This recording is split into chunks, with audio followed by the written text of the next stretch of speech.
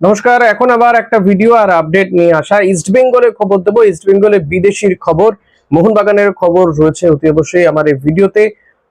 এই ভিডিওটা পুরোটা দেখবেন, ভালো লাগলে লাইক কমেন্ট শেয়ার করবেন, চ্যানেলে নতুন হলে সাবস্ক্রাইব করবেন। প্রথমেই আসা যাক যে কলকাতা লিগের কথায়। কলকাতা লিগ শুরু হচ্ছে 12ই জুলাই থেকে। ইস্ট বেঙ্গলের ম্যাচ দিয়ে শুরু হবে। ডিফেন্ডিং চ্যাম্পিয়ন ইস্ট বেঙ্গল, তারা নামছে প্রথম দিন। ইস্ট বেঙ্গলের মাঠেই খেলা হবে।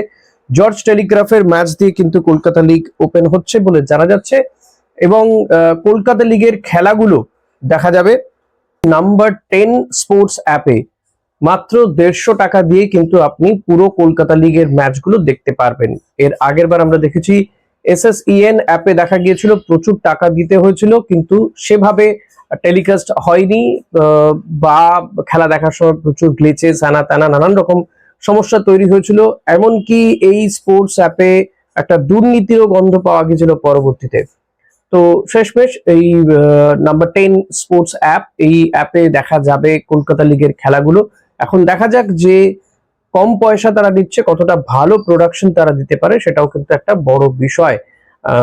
তবে ইস্ট বেঙ্গল প্রথম দিন নামছে। ইস্ট বেঙ্গল মোহনবাগান একই গ্রুপে রয়েছে, আপনাদেরকে এর আগেই জানিয়েছি। তবে যে তালিকা তারা প্রকাশ করেছে, সবকটা টিম কলকাতা লিগ খেলবে কিনা সেটা নিয়ে একটা আশঙ্কা রয়েছে।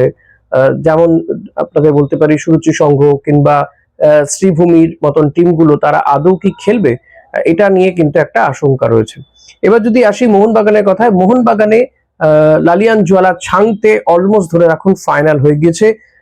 সম্ভবত 2-3 দিনের মধ্যেই হয়তো সাইনও করে ফেলতে পারে ছাংতে। এবং ছাংতে রেকর্ড অর্থে প্রায় 3 বছরের জন্য সাইন হচ্ছে বলে জানা যাচ্ছে।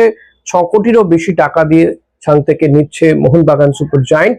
ছাংতে এলে যেটা হবে যে মনবীর সিং এর জায়গাতে একটু সমস্যা হয়ে যাবে। মনবীরের সুযোগ পাওয়াটা সমস্যা হবে নো ডাউট। ছাংতেকে 3 বছরের নিচ্ছে মোহনবাগান, যখন তখন তো তারা তাকে খেলাবেই। কারণ এই মুহূর্তে সুনীল ছেত্রীর পরে যদি স্টার ভারতীয় ফুটবলার বলতে হয়, কিছুটা অন্তত বলা যেতে পারে, হয়তো সেই মাপের না হলেও ছাংতে ধারে কাছেই থাকবেন। সঞ্জয় সিংগান, আনোয়ার আলীদের ধারে কাছেই থাকবেন লালিয়ান জোয়ালা ছাংতে।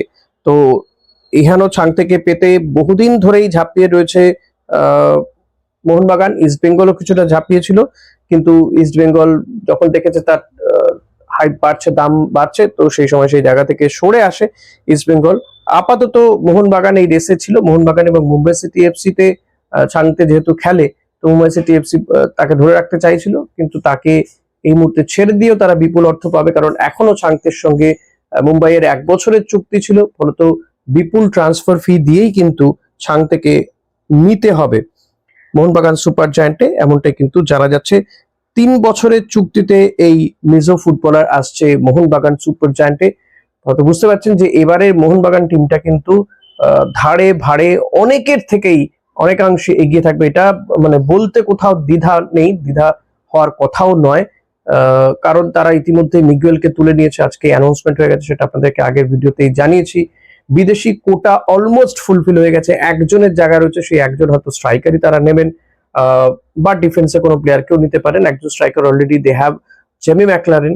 তো আরো একজন কোনো ইয়াং স্ট্রাইকারকে তারা নিতে পারেন, বিদেশি স্ট্রাইকারকে। কিন্তু উইং এও ছাংতের মতন এমন একজন ফুটবলারকে তারা নিয়ে নিয়েছেন। নিঃসন্দেহে এটা কিন্তু একটা বড় সাইনিং হতে চলেছে এই রাইট উইঙ্গারকে নিয়ে নেওয়াতে। ছাংতে ভারতীয় দলে নিয়মিত খেলেন, গতি আছে, ড্রিবল করতে পারে, ভালো সেন্টার করে। তো মনবীর আছে, কিন্তু মনবীরের বয়স হয়ে গেছে, অনেকটাই বয়স হচ্ছে। তো মোহনবাগানও কিন্তু ফিউচার ভাবছে, যে কারণে 3 বছরের চুক্তি হচ্ছে বলে জানা যাচ্ছে। সাইনিংটা এখনো হয়নি, ডিল অলমোস্ট ডানের পথে। এদিকে ইস্ট বেঙ্গলে শোনা যাচ্ছে একজন বিদেশি বেরিয়ে আসছে, খোঁজ পাওয়া যাচ্ছে যে ইস্ট বেঙ্গল একজন বিদেশিকে নিতে পারে। কথাবার্তা অনেক দূরই এগিয়েছে, ডিফেন্সের প্লেয়ার, এবং এও নাকি আর্জেন্টাইন একজন ডিফেন্ডার, এমনটাই জানা যাচ্ছে। আর্জেন্টাইন ডিফেন্ডার কেভিন সিভেলে হাতছাড়া হয়ে যাওয়ার পরে পরে আরো একজন আর্জেন্টাইনের দিকে নজর এবার ইস্ট বেঙ্গলের। অ্যান্টনিও লোপেজ হাবাস তিনি কোচ হওয়ার পরে ইস্ট বেঙ্গল কিন্তু আর্জেন্টাইন একজন ডিফেন্ডারের দিকেই নজর রেখেছে। সবকিছু ঠিকঠাক থাকলে চলে আসতে পারে, কারণ তার ট্রান্সফার মার্কেটের ভ্যালু খুব বেশি নয় বলেই জানা যাচ্ছে। তার নামটা নিয়ে একটু সংশয়ে রয়েছি আমি, তাই জানাচ্ছি না আপনাদেরকে। বেশ বড়সড় চেহারা শোনা যাচ্ছে।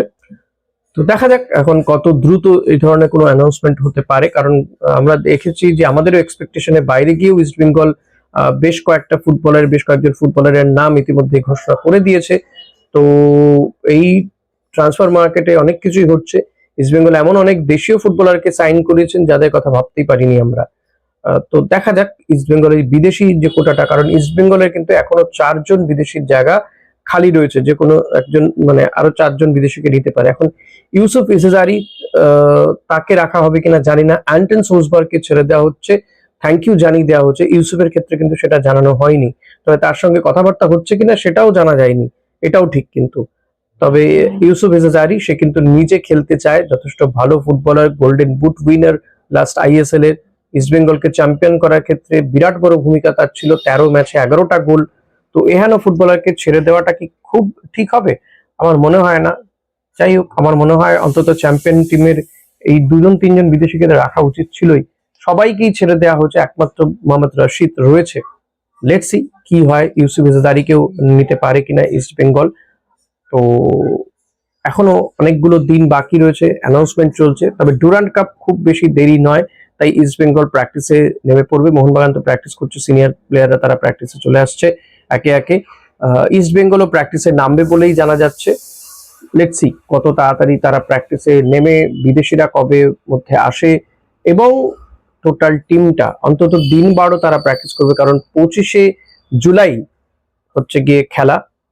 ইস্ট বেঙ্গল মোহনবাগান ডার্বি দিয়ে শুরু হবে এবারের ডুরান্ড কাপ। ফলত প্রথম ম্যাচটাই কিন্তু বড় ম্যাচ খেলতে হবে, তেমন প্রস্তুতি থাকার দরকার উভয় টিমের কাছেই। ইস্ট বেঙ্গল এখনো প্র্যাকটিস শুরু করেনি, সিনিয়র টিমটা। জুনিয়র টিম প্র্যাকটিস করছে, যদিও বেশ কিছু জুনিয়র টিমের সঙ্গে বেশ কিছু প্লেয়ার রয়েছে যারা সিনিয়র টিমেও নিয়মিত খেলেন।